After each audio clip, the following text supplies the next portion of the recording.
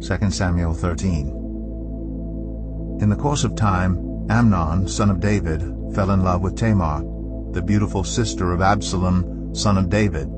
Amnon became so obsessed with his sister Tamar that he made himself ill. She was a virgin, and it seemed impossible for him to do anything to her. Now Amnon had an adviser named Jonadab, son of Shemaiah, David's brother. Jonadab was a very shrewd man. He asked Amnon, "Why do you, the king's son, look so haggard morning after morning? Won't you tell me?" Amnon said to him, "I'm in love with Tamar, my brother Absalom's sister." "Go to bed and pretend to be ill," Jonadab said. "When your father comes to see you, say to him, 'I would like my sister Tamar to come and give me something to eat. Let her prepare the food in my sight, so I may watch her, and then eat it from her hand.'"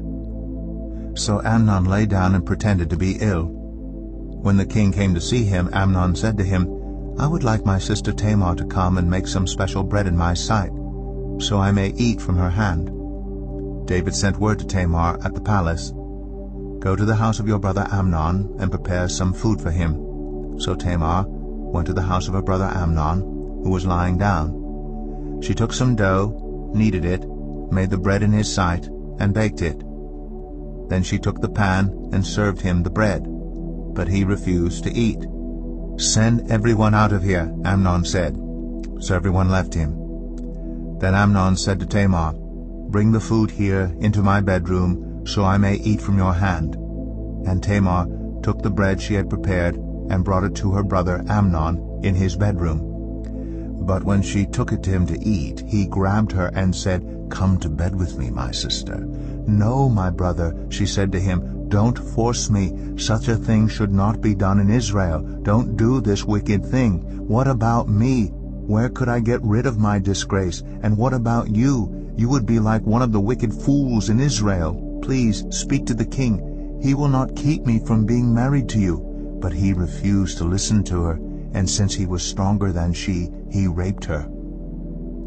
Then Amnon hated her with intense hatred. In fact, he hated her more than he had loved her. Amnon said to her, "Get up and get out." "No," she said to him, "sending me away would be a greater wrong than what you have already done to me." But he refused to listen to her.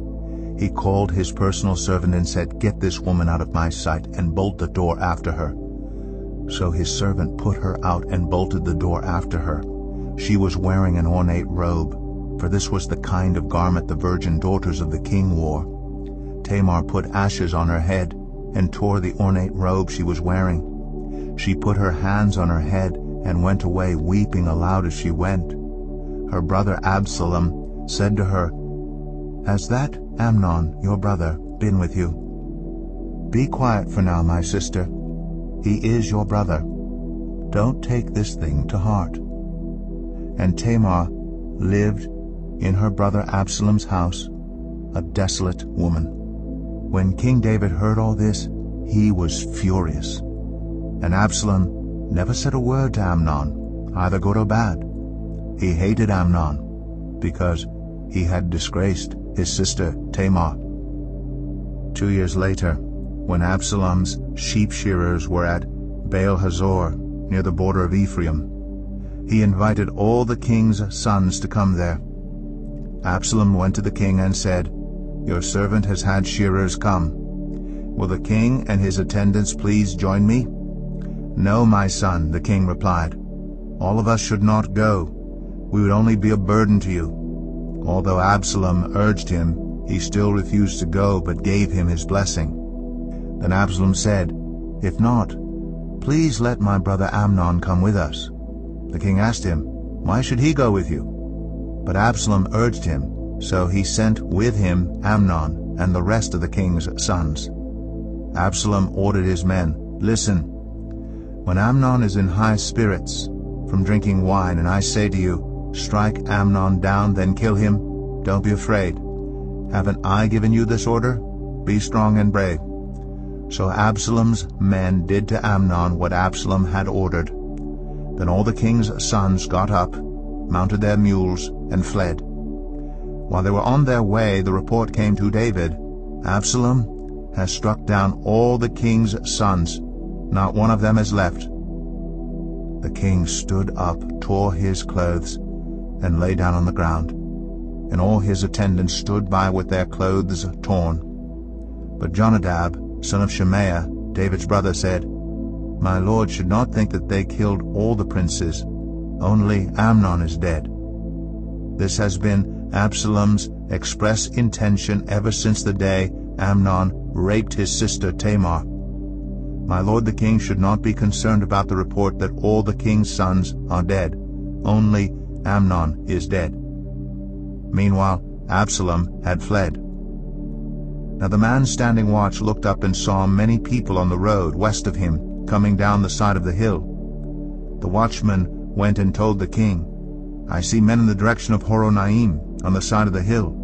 Jonadab said to the king, "See, the king's sons have come. It has happened just as your servant said." As he finished speaking, the king's sons came in, wailing loudly. The king too, and all his attendants, wept very bitterly. Absalom fled and went to Talmai, son of Ammihud, the king of Geshur. But King David mourned many days for his son. After Absalom fled and went to Geshur, he stayed there 3 years. And King David longed to go to Absalom, for he was consoled concerning Amnon's death.